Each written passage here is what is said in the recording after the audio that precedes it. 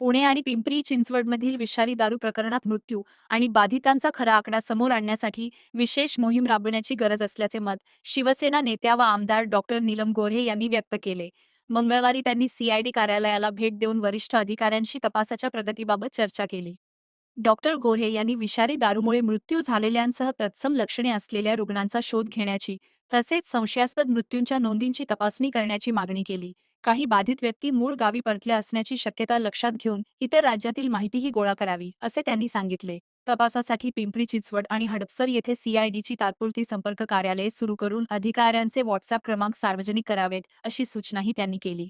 दबाव टाकणाऱ्या समाजकंटकांवर कठोर कारवाईची मागणी करत उत्पादन शुल्क विभाग, पोलीस आणि प्रशासनाच्या भूमिकेची सखोल चौकशी व्हावी, असे त्यांनी नमूद केले. हा मुद्दा आगामी पावसाळी अधिवेशनातही उपस्थित करण्यात येणार असल्याचे त्यांनी स्पष्ट केले.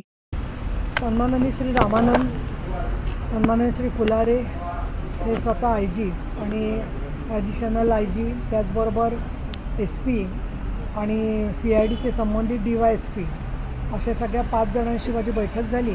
त्यांना जे मी निवेदन दिलेलं आहे त्याची मी परत आपल्याला सगळ्यांना फोटो पाठवते. परंतु अत्यंत महत्त्वाची गोष्ट म्हणजे जे मृत्यू झालेले आहेत तर तशी लक्षणं असणारे जे कोणी रुग्ण त्या काळामध्ये हॉस्पिटलमधून बरे होऊन गेले असतील त्यांची संख्यासुद्धा मोजदाद करण्याच्या दृष्टिकोनातून वैद्यकीय व्यावसायिकांचं सहकार्य मागावं. त्याचबरोबर ज्या मृत्यू त्या काळात झालेले आहेत तर त्यांच्या लक्षणांमध्ये आला आणि अटॅकनी गेला किंवा कशाने गेला हे कळलं नाही तर मग पोस्टमॉर्टम होतं. परंतु नुसतंच जिथे दुसरंच काही कारण दाखवलं गेलं असेल त्या प्रत्येक मृत्यूच्या संदर्भातली तपशीलवार माहिती जमा करून त्यामधून जे काही सत्य असेल ते समोर यावं. त्याचबरोबर बरेचसे रुग्ण हे आजारी पडल्यावर किंवा त्यांचा मृत्यू झाल्यावरती दुसऱ्या भागातसुद्धा निघून गेलेले आहेत. मग ते कर्नाटक, लातूर, बिहार अशा ठिकाणी गेलेले आहेत. तर असे जे लापता झालेले लोक आहेत त्यांचीसुद्धा नोंद होण्याच्या दृष्टिकोनातून अगदी महाराष्ट्रामध्ये दूरदर्शनवरून किंवा तुमच्या माध्यमातून एखादं आवाहन खेड्यापाड्यातील लोकांना कळावं की अशा प्रकारची लक्षणं येऊन पुण्याहून दगावलेला कोणी असेल व्यक्ती तर त्याची माहिती कुटुंबियांनी द्यावी किंवा त्यांच्यावरती कोणी दबाव आणून मुद्दाम त्यांना गायब करतायत का हे पण तपासलं जावं, अशा संदर्भातली सूचना झाली. दुसरं जे आरोपीचे लोक असतात ते बऱ्याच वेळेला लोकांची अशी दिशाभूल करतात की CID तर एक दिवस तपास करून जातात आणि नंतर तुमची गाठ लोकलच लोकांशी आहे. तर या दृष्टिकोनातून पिंपरी चिंचवड आणि हडपसर या दोन्ही ठिकाणी एक संपर्क अधिकाऱ्यांना करता येईल अशा प्रकारचं कार्यालय तात्पुरत्या स्वरूपात सुरू करावं आणि एखादा व्हॉट्सअप नंबर ताबडतोब म्हणजे ते दोघंही जे DYSP आहेत त्यांचे नंबर तुमच्याकडून पब्लिक करण्यात यावे की या दारूच्या संदर्भातल्या ज्या काही तक्रारी असतील तर त्या लोकांनी निर्भयपणाने त्यांच्याकडे थेटपणाने पोचवाव्या की जेणेकरून लोकांनी पूर्वी निवेदनं दिली असतील पण त्याच्यावर कारवाई झाली नसेल तर त्या निवेदनाची माहितीसुद्धा CID पोलिसांना कळवावी जेणेकरून कुठे कुठे हलगर्जीपणा झाला या सगळे मुद्दे समोर येतील. माझी जवळजवळ 35 मिनटं तपशीलवार चर्चा झाली. बऱ्याचशा सूचना मी त्यांना दिलेल्या आहेत.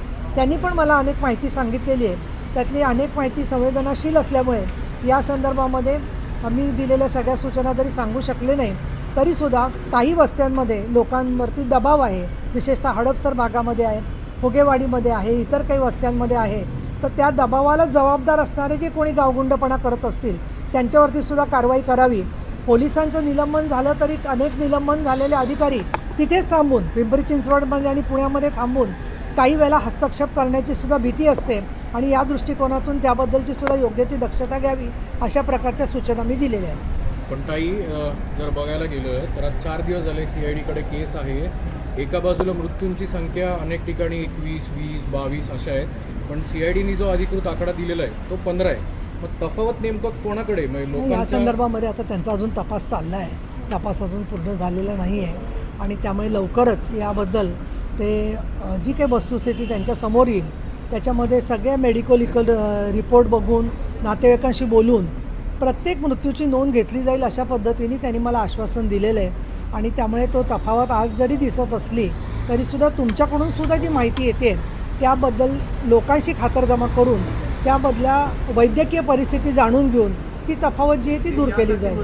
ते सरकारी इस्पितळांमध्ये गेलेले रुग्ण आहेत तिथं माहिती सरकारकडे आहेच, परंतु जे खाजगी रुग्णालयात गेले किंवा गावी जाऊन किंवा आसपास घरांमध्ये त्यांचे कुठे खेड्यापाड्यात मृत्यू झाले असतील तर ती माहिती जनतेच्या मार्फत सुद्धा पोचली तर त्याची नक्की दखल घेतली जाईल असं मला वाटतं. संपूर्णपणाने मला असं वाटतं माननीय मुख्यमंत्र्यांच्या अधिकारातला विषय आहे, त्यांचंही बारीक लक्ष आहे. एकनाथ शिंदेसाहेबांनाही मी याबद्दलची माहिती सगळी कळवलेली आहे आणि त्यात मग जे जे संबंधित असतील त्याबद्दल आणि परत आपल्याला मी नम्रपणे सांगू इच्छिते की 22 जूनपासून अधिवेशन सुरू होतं आहे, त्यामुळे अधिवेशनामध्ये सुद्धा याच्यावर आवाज उठवलाच जाईल. अधिक वेगवेगळे आमदार काही जण आज आता जात आहेत, त्याच्या आधी तर मी गेले प्रत्येक ठिकाणी तर कोणी विशेष भेटायलाही त्यांना गेलेले नव्हते.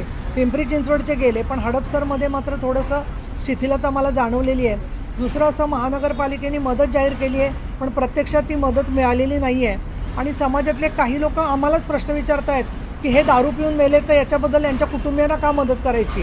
तर मुळात कुटुंबीय जे आहेत ते काही दारूच्या व्यसनाचे बळी आहेत, ते जे आहेत ते, आणि त्यामुळे या कुटुंबियांना कुठे ना कुठे धीर दिला तर केसमध्ये कन्व्हिक्शन होऊ शकेल असं मला वाटतं. आणि प्रत्येकापर्यंत मदत पोचण्याच्या संदर्भात जे जे आपल्याला सत्तेसमोर दिसतंय ते आपणसुद्धा सरकारसमोर मांडताच आहात आणि अजून काही माहिती आली तर ती त्यांच्याकडेही द्या, आमच्याकडेही द्या आणि मृत्यूंची संख्या जी वास्तवदर्शी आहे ती नक्कीच सरकारला स्वीकारायला लागेल.